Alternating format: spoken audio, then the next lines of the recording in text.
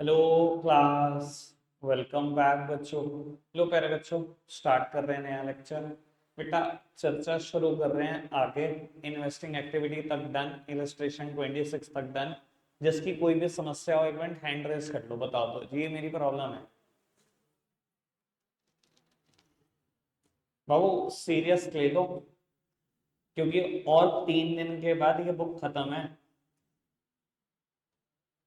3 दिन के बाद बुक खत्म है, ये लास्ट बुक शुरू हो जाएगी।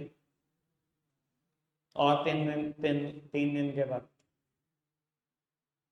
बस यही हफ्ता है इस बुक का। बस कोई प्रॉब्लम नहीं आई तो चेक क्या कर रही थी तू इतनी देर से। अब वो फाइनेंसिंग एक्टिविटीज शुरू कर रहे हैं, मेरे साथ साथ लिखना शुरू करो आप। ठीक है जी, या एक काम कर मत लिखो भी, पहले समझ लो फिर लिखने का मौका दो। सब सामने देखना मेरी तरफ, सब सामने देख रहे हैं मेरी तरफ।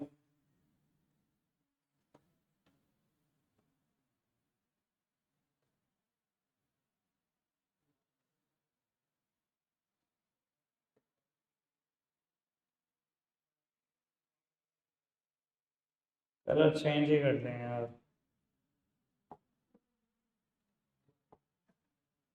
अरे इससे लिख लेते हैं चलो।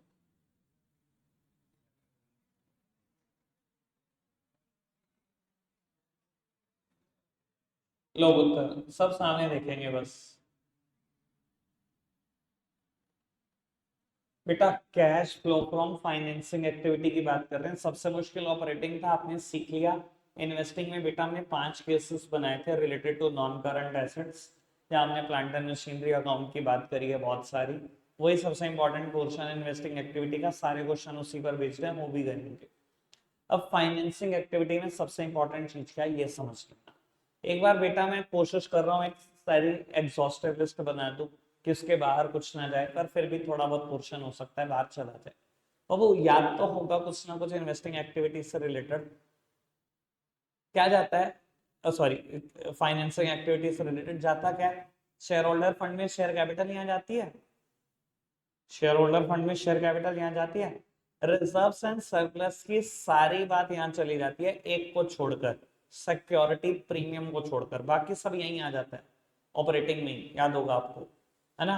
Difference of SPL, transfer to reserve, सब वहीं हम ऐड करते थे ना वर्किंग नोट में। Net profit before taxes and extraordinary item में, तो वो वहीं जाएगा।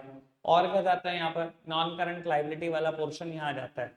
डिबेंचर से पैसे लिए, बैंक लोन से पैसे लिए, सब यहाँ पर आ जाता है। करंट लाइबिलिटी में भी बेटा बैंक बॉडी और सीसी यहाँ आ जाता है, बाकी सब ऑपरेटिंग एक्टिविटी में चला जाता है।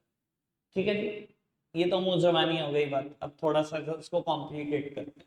सामने देखना बेटा, आप एक कंपनी हो, आपने शेयर इशू करे, इशू ऑफ शेयर्स। अगर मैं कुछ नहीं लिख रहा तो मेरा मतलब सिर्फ इक्विटी शेयर्स है।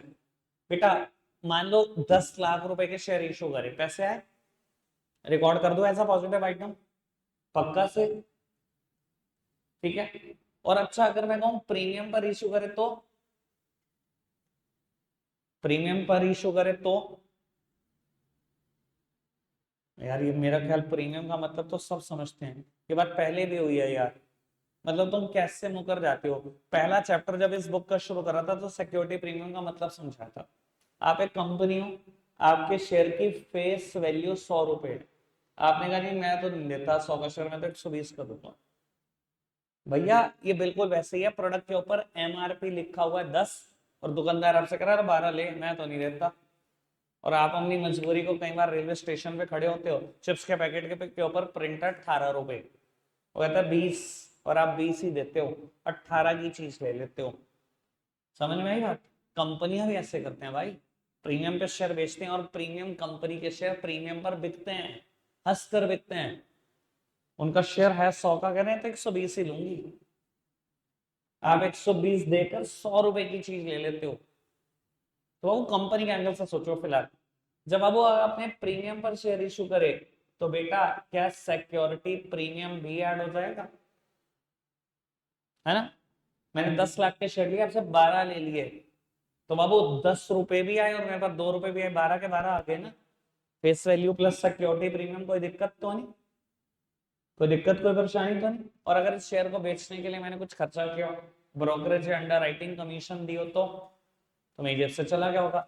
मैंने आपसे 12 रुपए लिए 10 फेस वैल्यू के, 2 प्रीमियम के और 1 रुपया खर्च कर दिया जिसने भी मेरे शेयर बेचे। ब्रोकर कह लो, ब्रोकर को ब्रोकरेज दे दिया, कह दो अंडर राइटर को मैंने उसके अंडर राइटिंग कमीशन दे दी 1 रुपए, मेरी जेब में 11 आ गए। तो अब वो face value plus security premium minus under writing commission, ज्यादातर पेपर में नाम होता है अंडर राइटिंग कमीशन या ब्रोकरेज, कुछ ही कह लो बेटा। कोई दिक्कत कोई परेशानी तो नहीं? समझ में आ गई बात?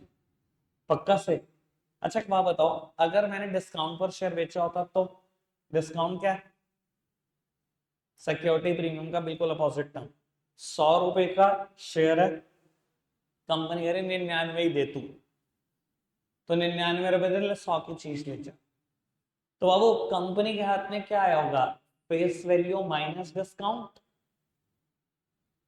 100 रुपए की फेस वैल्यू माइनस कर दिया 1 रुपए डिस्काउंट का, कंपनी के हाथ में तो 99 रुपए ही आए।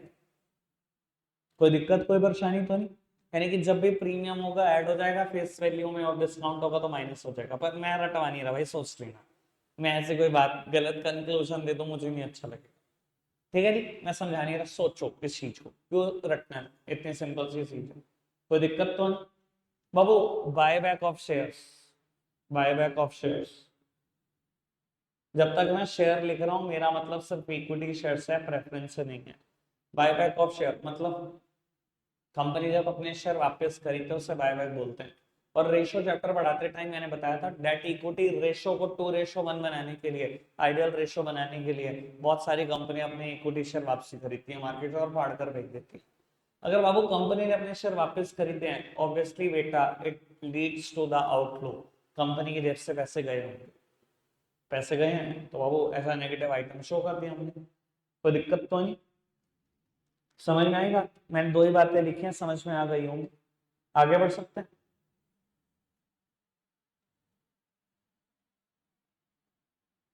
चलो जी बाबू, issue of preference share, issue of preference share.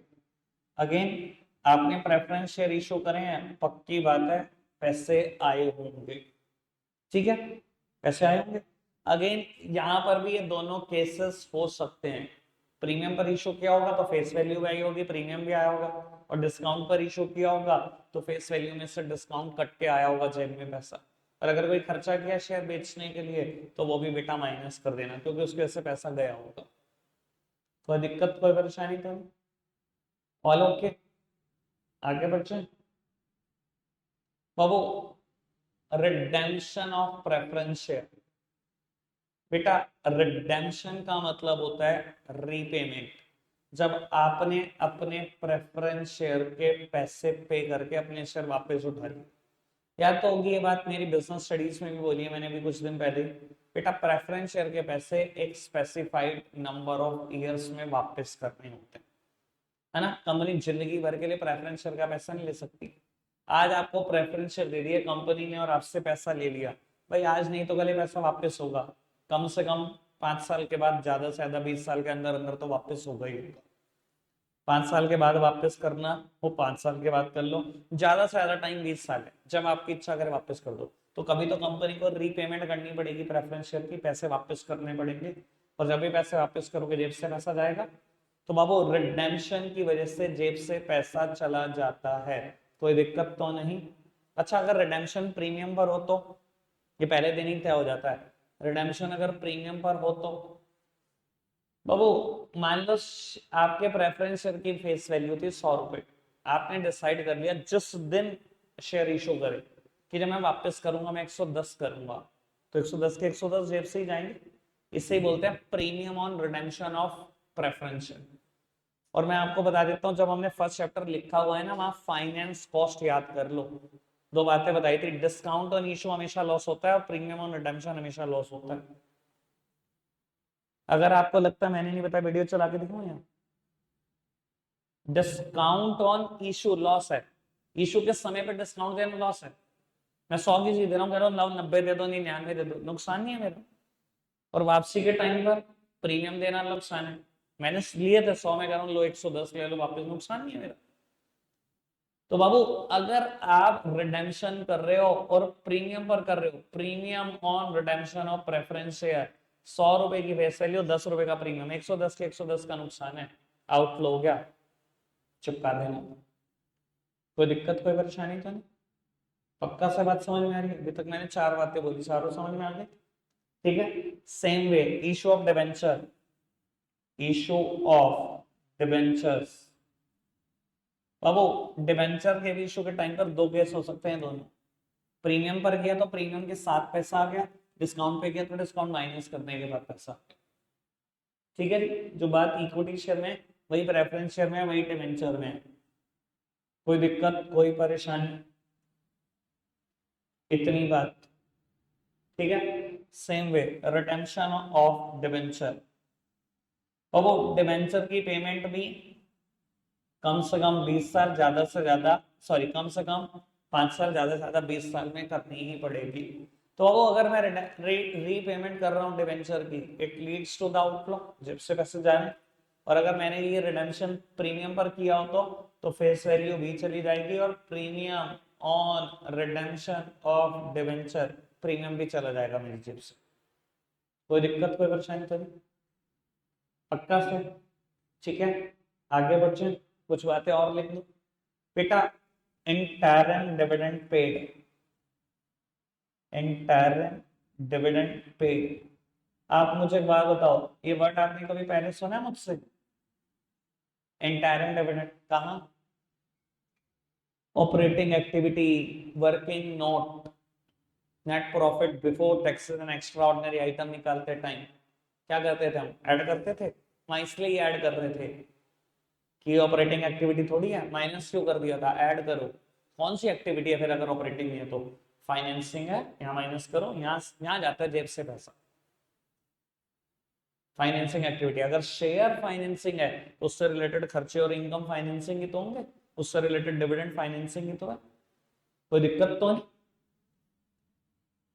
अच्छा, अगर वर्ड इंटरिम डिविडेंड आ जाए, डिविडेंड पेड आ जाए तो बाबू इसका मतलब फाइनल डिविडेंड्स है। सॉरी, मैंने माइनस नहीं लिखा था क्या? अरे यार, बोला तो था, लिखा नहीं था। मैंने माइनस साइन लगा दिया, मैंने बोला था, लिखा नहीं था। ठीक है ना, लिख तो मैंने पॉजिटिव आइटम दिया था गलती से। डिविडेंड पेड, अगर मैंने सिर्फ डिविडेंड वर्ड लिखा तो फाइनल डिविडेंड है, ये वही डिविडेंड है जो पहले शेयर होल्डर ने प्रपोज किया होगा अपनी मीटिंग में, देन बेटा बोर्ड ऑफ डायरेक्टर ने प्रपोज किया होगा अपनी मीटिंग में, देन शेयर होल्डर ने अपनी मीटिंग में फाइनलाइज किया होगा और पे हुआ होगा, है ना बाबू? वहां ऐड करते थे, याद है? Propose dividend of previous year add करा है, वही है ये। कोई दिक्कत कोई परेशानी तो नहीं? तो या तो नाम कभी कभी ये आ सकता है या कभी कभी यही आ सकता है, propose dividend of previous year, propose dividend, bracket में लिख देता हूँ प्रीवियस ईयर, बात सेम ही है। कोई दिक्कत कोई परेशानी? डिवेंचर यहाँ आता है तो इसका इंटरेस्ट ये भी यहीं आएगा बाबू, इंटरेस्ट पेड, इंटरेस्ट पेड यही माइनस कर देना। वैसे एक बात बताओ, non cash non operating item interest on boring add कर रखा है? याद ही नहीं आता। Non cash non operating item, adjustment नाम की कोई चीज करते थे? नेट प्रॉफिट बिफोर टैक्सेस में लिखते थे एडजस्टमेंट, 5 चीजें ऐड, 3 लेस। 5 चीजें कौन कौन सी ऐड करते थे? Depreciation, goodwill return off, interest on borrowing, increase in provision for bad and doubtful debt और loss on sale of fixed assets, यही थी 5 आइटम। इंटरेस्ट ऑन बोरोइंग वहां ऐड इसी लॉजिक पे करते थे। मैं हमेशा बताता नॉन फाइनेंसिंग है बेटा ये, सॉरी नॉन ऑपरेटिंग है ये बेटा, ये फाइनेंसिंग है। कोई दिक्कत कोई परेशानी तो नहीं? समझ में आ गई बात? अच्छा, अगर सीसी बैंक ओडी की वजह से पैसे आए बिजनेस में तो वो भी यहाँ, उनकी रीपेमेंट हो वो भी यहाँ। वो बिजनेस में पैसे देते हैं, वो फाइनेंसिंग एक्टिविटी है, उसको करंट लायबिलिटी मानते हुए ऑपरेटिंग में मत ले जाना। याद है ना बात? ये तो शुरू में ही हो गई थी बात, अब बिल्कुल अच्छे से क्लियर हो गई ये बात फाइनेंसिंग की, इतनी ही चर्चा है। क्लियर? लिखो, मैं 2-3 क्वेश्चन करा रहा हूँ इस पर बेस, फटाफट से लिखो। अब सामने देखेंगे इलस्ट्रेशन नंबर 26 तक हम कर चुके हैं, 27th इलस्ट्रेशन पढ़ना। From the following particulars calculate cash flow from financing activity. मुझे कैश फ्लो निकालना है फाइनेंसिंग एक्टिविटी से। पढ़ना जरा जल्दी मत करना, बहुत सारी एडजस्टमेंट है। दिखाई दे रहा है? जल्दी का मतलब हो गया काम, ठीक है ना। इक्विटी से रिलेटेड बहुत सारी एडजस्टमेंट होंगी, प्रेफरेंस से रिलेटेड होंगी, डिबेंचर से रिलेटेड होंगी। अभी मैंने दो बातें और भी बतानी है आपको, वो भी सुनना। बाबू इक्विटी शेयर की तरफ नजरें घुमाओ। पिछले साल 6 लाख, इस बार 8 लाख, 2 लाख के इक्विटी शेयर इशू हुए। इतना काम तो रीडिंग में ही निपटा दो ना। प्रेफरेंस शेयर 2 लाख पिछले साल, इस बार 0, मतलब 2 के 2 लाख की रीपेमेंट हो गई, वापसी हो गए पैसे। डिवेंचर पिछले साल 0, इस बार 1 lakh issue and debenture 1 lakh रुपए के नए। अच्छा, अगर डेट ना पता हो इसकी रीपेमेंट की और इसके इशू की, तो कौन सी डेट है? फाइनेंशियल ईयर का आखिरी दिन, मतलब 31 मार्च 23 ही है। या तो आप डेट बताओ, नहीं तो 31 मार्च 23 का फेयर अजम्पशन। बहुत दिनों से चल रही है बात, डेट वाली बात तो बहुत दिन पहले ही बता दी थी मैंने। बाबू ऑपरेटिंग एक्टिविटी में आई थी एक दिन डेट, इन्वेस्टमेंट से रिलेटेड और डिवेंचर से रिलेटेड, उसके इंटरेस्ट की कैलकुलेशन के लिए मैंने बताई थी बातों।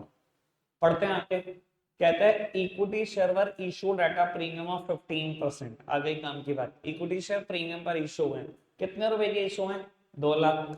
2 लाख का 15%, मतलब 30,000 रुपए ये भी आए हैं प्रीमियम के। अच्छा जी। 12% प्रेफरेंस शेयर पर redeemed at a premium of 5%। जो रिडेम्पशन करी है आपने 12% प्रेफरेंस शेयर की, कहता है रिडेम्पशन में 5% प्रीमियम गया है, ये मेरा नुकसान है फायदा है? और ये इशू के टाइम पर प्रीमियम आ गया, फायदा। रिडेम्पशन के टाइम पर जा रहा है, नुकसान है। आगे बढ़ो। 14% debenture were issued at a discount of 5%। कहते हैं डिवेंचर इशू है, ये डिस्काउंट पर हुए हैं। ये डिवेंचर इशू के टाइम पर डिस्काउंट देना फायदा नुकसान? नुकसान। Discount on issue and premium on redemption दोनों ही लॉस होते हैं। इशू के टाइम पर डिस्काउंट दे देना लोगों को, नुकसान है। और वापसी के टाइम पर प्रीमियम दे देना, नुकसान है। अच्छा जी, आगे बढ़ो। कहता है dividend paid on old preference share is 24,000। कहता है पुराने प्रेफरेंस शेयर पे 24,000 का डिविडेंड दिया। अच्छा, अगर कुछ नहीं भी कहता तब भी 24,000 ही आता। देखो दो बातें बता देता हूँ। अगर ये डिविडेंड से रिलेटेड, प्रेफरेंस शेयर के डिविडेंड से रिलेटेड कोई बात ना करता, अगर आपको परसेंटेज दिख गई, कैलकुलेट करोगे ही करोगे, कोई दुनिया की ताकत नहीं रोक सकती। समझ में आ रही बात? जिस चीज के सामने परसेंटेज दिख जाएगी उसकी कैलकुलेशन होगी होगी, क्वेश्चन कहे या ना कहे। अच्छा, क्या बताओ, रिडेम्पशन की डेट क्या मानी जाती? 31 मार्च 23, यानी कि पूरे साल रहे ना 2 लाख के डिवेंचर। अगर मुझे डिविडेंड निकालना होता तो 2 लाख का 12% निकालता, 24,000 ही तो निकालता। मैं भी वही निकालता, किसने बता दिया? सहूलियत कर दी, वरना मैं यही करता। ठीक है, दिखाई दे रहा है रीडिंग पे कैसे टाइम खर्चा जा रहा है? ये बेवकूफी ना हो जाए सीधा 2 लाख रुपए के इक्विटी शेयर इशू लिख दिए नीचे, नंबर नहीं मिलेंगे। क्योंकि आपने अभी सिक्योरिटी प्रीमियम का जिक्र नहीं करा, एक और एडजस्टमेंट भी आने जा रही है इक्विटी शेयर पे। इंटरेस्ट पेड ऑन डिवेंचर खुद ही बता दिया इसने, 14,000 रुपए। अब अगर मैं अपनी कैलकुलेशन की बात करूं तो मेरा तो आता 0। देखो पहले 0 के डिवेंचर है, 1 लाख के इशू हुए, कोई डेट है? तो क्या मानता मैं, आखिरी दिन 31 मार्च 23 को ही आपने डिवेंचर इशू करे, मतलब कोई ब्याज देना होता? एक दिन का थोड़ी कोई ब्याज देता, कुछ भी ना देता। यानी कि ऑब्वियसली अगर मैं सोचूं दिमाग लगा के कि डिवेंचर कब इशू हो गए होंगे, 1 अप्रैल 22 को ही हो गए होंगे, इससे अगले दिन। 31 मार्च 22 को कुछ नहीं है ना, 1 अप्रैल 22 को हो गए होंगे। मैंने कैसे डिसाइड करा? 1 लाख का पूरा 14% ब्याज लगाया है मैंने। पूरे साल रहे होंगे डिवेंचर, तभी तो 14,000 रुपए का ब्याज आया। ठीक है, आगे बढ़ो जी। अंडर राइटिंग कमीशन आ गई इक्विटी शेयर पे 10,000। एक और एडजस्टमेंट, 2 लाख के डिवेंचर इशू करे 15% पे, 2 लाख और 30,000 माइनस कर देना 10,000, 2,20,000 रुपए है मेरी जेब में। 2 लाख आने चाहिए थे, 15% मैंने फालतू मांगे। मैंने कहा जी मैं तो ऐसे देता नहीं, प्रीमियम कंपनी हूँ, 15% प्रीमियम चाहिए। 2 लाख नहीं चाहिए, 2,30,000 चाहिए। लेकिन जिसने मेरे शेयर बेचे उसने अंडर राइटिंग कमीशन ली मुझसे 10,000, तो मेरी जेब में तो 2,20 ही गए। ठीक है जी, समझ में आएगा? आगे बढ़ाओ जी। प्रपोज डिविडेंड दिया हुआ है दोनों ईयर का। करंट ईयर का propose dividend is a contingent liability, इसका कुछ भी नहीं होगा। और इसका जो पिछले साल का प्रपोज डिविडेंड है, मतलब इस साल का क्या है, ये फाइनल डिविडेंड है, मतलब डिविडेंड पेड है, ये पैसे मेरी जेब से चले गए इनके। ठीक है जी, यानी कि अगर सीधी सीधी मोटी मोटी बात करनी हो, मैं यही कर दूं क्वेश्चन। सिर्फ फिगर्स फिगर्स लिख दूंगा और कुछ नहीं करूंगा। बाबू 2 लाख रुपए ये आए, 15% प्रीमियम के साथ, 2 30 और 10,000 रुपए चले गए। Face value plus security premium minus under writing commission, मेरी जेब में आए होंगे 2,20,000 रुपए पॉजिटिव। ठीक है, लिखा हुआ यहाँ पे मैंने इशू ऑफ इक्विटी शेयर, तो आप लिख लेना। ठीक है, प्रेफरेंस शेयर की रिडेम्पशन हुई, मेरी जेब से 2 लाख रुपए गए और 5% premium, premium on redemption of preference share, मेरी जेब से पैसे चले गए, एक तो 2 लाख और एक 5%, मतलब 2,10,000, है ना? कोई दिक्कत तो नहीं? आगे बढ़ो जी, ये एडजस्टमेंट भी मैंने कर दी। बाबू 1 लाख रुपए के डिबेंचर इशू हुए पर एट डिस्काउंट हुए, तो फेस वैल्यू माइनस डिस्काउंट, मेरी जेब में पैसा कितना आया होगा? 1 लाख आना चाहिए था, 1% मैंने डिस्काउंट दे दी, पैसा आया मेरी जेब में 99,000 रुपए। तीनों बातें कर दी अभी तक, ऊपर लिखी हुई एडजस्टमेंट 1 2 3 4 कर चुका हूँ। बाबू प्रेफरेंस का डिविडेंड देना है, इंटरेस्ट देना है डिबेंचर पे, दोनों पैसे मेरी जेब से गए होंगे, 24 भी और 14 भी। ठीक है जी, और पिछले साल का डिविडेंड, 6 बातें होनी थी, 6 की 6 कर दी। पढ़ने में टाइम इतना लगा दो कि करने में तो, अब मैंने यहाँ से लेकर यहाँ तक ना बोलते बोलते 1 1.5 मिनट में लिख दिया होगा, और अगर मुझे खुद लिखना होता 15 सेकंड में लिख देता। इतना मैं पढ़ते पढ़ते ही निपटा चुका होता हूँ कहानी। आप पता नहीं किस एंगल से पढ़ते हो, मुझे यही गुस्सा आता है, तो पेन उड़ जाएगा पहले एक लाइन पढ़ते ही, लिख दो बस, रह ना जाए। पेशेंस चाहिए भाई, पढ़ो इतना तसल्ली से कि करने में सेकंड्स लगे। क्लियर है बात? समझ आई बात? बाबू पहली ट्राई आपकी है, और ये क्वेश्चन होना चाहिए, मैं आंसर नहीं दिखाऊंगा। इसने कहा है cash flow from operating activity भी निकालो, फाइनेंसिंग भी निकालो, मैं आंसर नहीं दिखाऊंगा बिल्कुल भी। और कोई कोशिश करके जो बुक से कर रहा है आंसर देखना भी मत, पिटाई हो जाएगी बहुत, करना। बाबू अब सामने देखो, मुझे लगता है एनफ टाइम मिला, मुझे ये भी पता है कि कुछ ना कुछ गलती जरूर हुई होगी, 100% ना होने का तो मतलब ही नहीं भाई, पहली बार जो आदमी करता है फाइनेंसिंग एक्टिविटी के क्वेश्चन गलती भी जरूर करता है। अब बाबू मुझे ना यहाँ से 2 3 बातें नई और भी बतानी है अभी। एक बात सुन लो सारे, जय भाई मैं नई बात बता रहा हूँ, सुन लो, इस क्वेश्चन में ऑलरेडी नहीं है वो बात, पर फिर भी मैं बता रहा हूँ। बाबू मैंने भी आपको बता दिया ना, जिस चीज के सामने आप परसेंटेज देखोगे उसका डिविडेंड इंटरेस्ट जो भी है वो पे करके आना है या लेकर आना है। मिलने वाली आइटम है तो लेकर आना, पे करने वाली आइटम है पे करके आना। ज्यादातर क्वेश्चन पता है क्या होते हैं बेटा, जैसे कि अभी खैर, हाँ इस क्वेश्चन में इसने कह दिया इंटरिम डिविडेंड पे कर दिया इक्विटी शेयर पे 8%। ठीक है, और लोग पे करके नहीं आते इस प्रेफरेंस का डिविडेंड।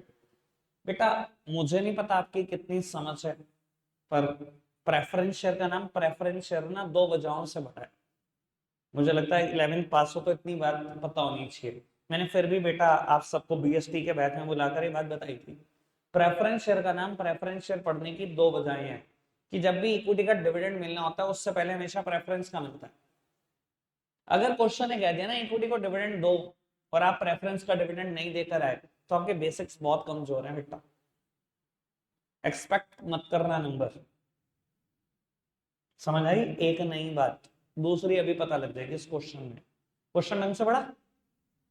इक्विटी शेयर इशू है 10 लाख रुपए के, प्रेफरेंस शेयर 1 लाख रुपए की रीपेमेंट हुई है, सिक्योरिटी प्रीमियम है, पहले कुछ नहीं था 95,000 रुपए का। अच्छा जी, P&L का बैलेंस पहले 4 लाख था, 8 लाख हो गया। मुझे ऑपरेटिंग एक्टिविटी भी का भी कैश फ्लो निकालना था ना इस क्वेश्चन में, और डिवेंचर पहले भी 10 लाख थे, अब भी 10 लाख, ना तो कोई इशू है ना ही कोई रीपेमेंट हुई, पर हाँ इंटरेस्ट एलिमेंट आएगा उसका, वो तो समझ ही गए होंगे। आगे बढ़ाते हैं बात को। कहता है जो नए इक्विटी शेयर इशू हुए ना वो 10% प्रीमियम पर हुए, मतलब 10 लाख नहीं आए, 10 लाख का 10% प्रीमियम मतलब 11 लाख रुपए, फेस वैल्यू और प्रीमियम दोनों आए, 11 लाख रुपए। और इंटरिम डिविडेंड देना है इक्विटी शेयर पर, किस पर दूं? 20 लाख और 30 लाख, ये 10 लाख रुपए के नए जब इशू है किस डेट पे मानेंगे? 31 मार्च 22 को मानेंगे, बिल्कुल आखिरी दिन। तो बाबू 20 लाख ही तो रहे मेरे पास पूरे साल, ये 10 लाख के नए तो आखिरी दिन इशू हुए, तो 20 लाख का 8% दिया होगा ना, 1,60,000 रुपए, है ना? यही किया। अच्छा जी, preference share were redeemed on 31st of March 22 at a premium of 5%. Premium on redemption was charged against premium received on issue of fresh equity share. मैंने तो खैर बहुत पहले ही समझ लिया था इसको, जब ये 95 जा रहा था तो तुमने नहीं समझा होगा। अभी धीरे धीरे समझ में आएगा, बहुत छोटी सी समझ है आपकी, धीरे धीरे बढ़ोगी। बाबू कहता है जब प्रेफरेंस शेयर रिडीम हुए ना 5% प्रीमियम पर हुए, सर ये दिखाई दे रहा है रिडीम हुए 2 लाख के रह गए 1 लाख, 1 लाख वापसी हुए। उसने कहा खाली रिडीम नहीं हुए, 5% प्रीमियम पर रिडीम हुए, मतलब 1 लाख भी गए और 5% में मतलब 1,05,000 गए। काम की बात है भाई। कहता है जो प्रीमियम ऑन रिडेम्पशन दिया ना, कहता है उसको पता है कहां से चार्ज करा, premium received on issue of fresh equity share. भाई मैंने यहाँ पर 1 लाख का प्रीमियम रिसीव किया था ना, 10 लाख के शेयर इशू हुए थे, 10% प्रीमियम 1 लाख आए थे। कहता है यहाँ 5,000 जो गए ना वो 1 लाख में से चार्ज करे। अच्छा आप खुद समझो बाबू, मैंने अगर इक्विटी शेयर इशू करे और 1 लाख रुपए का प्रीमियम कमाया, ये तो प्योर प्योर मुनाफा है ना, सूखा मुनाफा। भाई 10 लाख की चीज दे रहा हूँ, 11 लाख ले रहा हूँ, लूट ही तो रहा हूँ, 1 लाख रुपए प्योर मुनाफा है। और जब वापसी करने लगा तो मैंने 1 लाख नहीं करे, 1,05,000 कर दिए, तो 5,000 का प्योरली नुकसान खा लिया, पर 1 लाख का मुनाफा गवाया, उसमें से कहते हैं 5,000 का नुकसान वहीं चार्ज कर दिया।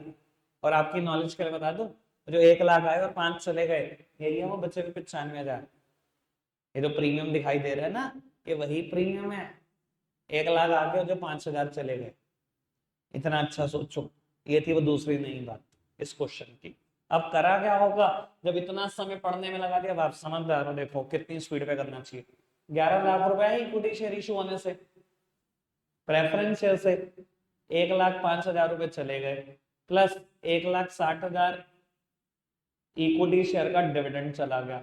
ये तो मैंने अभी सिखा दिया था ना, कैसे निकाला भाई। 8% किसका, 20 लाख का। डेट ऑफ इशू तो पता ही नहीं है आपको, एक सेकेंड, डेट ऑफ इशू भी पता है ना, भी कहता तब भी यही थी, है ना। कोई दिक्कत कोई परेशानी तो नहीं। बाबू प्रेफरेंस का 10% डिविडेंड भी देते, अगर इक्विटी का डिविडेंड देना उससे पहले तो प्रेफरेंस का देना पड़ेगा। भाई रिडेम्पशन की डेट क्या मानू, रिडेम्पशन की डेट लास्ट डेट, ये 1 लाख रुपए कब पे हुए होंगे, 31/5/22 को, यानी कि पूरे साल कितने रुपए के प्रेफरेंस शेयर है, 2 लाख। 2 लाख का 10% प्रेफरेंस डिविडेंड दे दो, 20,000 ये भी चले गए, ठीक है ना। ये सिक्योरिटी प्रीमियम का एडजस्टमेंट मैंने पहले कर दिया, अगर 95 बचे, मेरी कैलकुलेशन में 95 बचे, समझदार हो तो 1 लाख का इसमें ना प्रीमियम और 5,000 का इसमें चला गया ना, बचे वो 95 ही, मैं पहले ही कैलकुलेट कर चुका हूँ 95, इसका यूज मत करना। Have done. डिबेंचर कितना देना है इंटरेस्ट, 1 लाख, 10 लाख का 10%, 1 लाख, कोई दिक्कत तो नहीं, सब डन। ये तो आ गया financing operating activity. Difference of SPL closing minus opening, मैं वर्किंग नोट कैलकुलेट कर रहा हूं अभी, निकाल दिया। 4 लाख, ऐड क्या होता था, interim dividend, proposed dividend of previous year, transfer to reserve, provision for tax current year minus refund of income tax, यही सब कुछ होता था। ठीक है जी। सर ऐड करो interim dividend 1,60,000, ऐड करो propose dividend previous year, propose dividend previous year मतलब final dividend of current year. अच्छा जब मैं कहता हूँ डिविडेंड ऐड कर दो, तीसरी नई बात है इस क्वेश्चन की, जब मैं कहता हूँ डिविडेंड ऐड कर दो मतलब propose dividend of previous year या final dividend of current year, इसका मतलब क्या होता है, कौन सा डिविडेंड, इक्विटी या प्रेफरेंस, दोनों का डिविडेंड। भाई दोनों का डिविडेंड फाइनेंसिंग एक्टिविटी है, दोनों का डिविडेंड कहां पे करोगे, याद कराओ पहले मेरे को, पूरे एसपीएल में कहीं डिविडेंड पे होता है तो कहां होगा, फाइनल एप्रोप्रिएशन अकाउंट में। अगर वहां पे होगा तो रिवर्स चल रहा हूं ना मैं, प्रॉफिट बिफोर टैक्स निकाल रहा था ना, तो ऐड होता हुआ ही तो जाएगा, याद है बात। तो बाबू मैंने प्रेफरेंस का भी तो डिविडेंड पे किया है 20,000, वो भी ऐड कर दो, यहां पर वर्किंग नोट पूरा हो जाएगा, कितना आ गया 580, ठीक है। प्लस एडजस्टमेंट कर दो, non cash non operating item, debenture पे ब्याज दिया 1 लाख का, इंटरेस्ट ऑन बोरोइंग में ऐड होता है, adjustment non cash non operating item, यानी कि ऑपरेटिंग एक्टिविटी से 86 आ रहे होंगे, और बाकी ये तो आ ही रहे हैं जो आ रहे हैं। ठीक है दिखा देता हूँ, चलो नमूना 86, यही 5 आइटम मैंने भी करी हुई थी, किसने किया 100% ठीक कर दिया, ऑपरेटिंग एक्टिविटी ठीक कर दी किसने? भाई साहब, समय का ना मतलब जोर ऐसा है कि जब ऑपरेटिंग एक्टिविटी कर रहे थे ना, तो 10-10 एडजस्टमेंट आ रही थी ऑपरेटिंग को, कुछ समझ नहीं रहे थे हम, कुछ भी नहीं समझ रहे थे। पूरा वर्किंग नोट याद कर लिया था, सारी एडजस्टमेंट याद कर ली, सब कुछ, कुछ भी नहीं समझ रहे थे।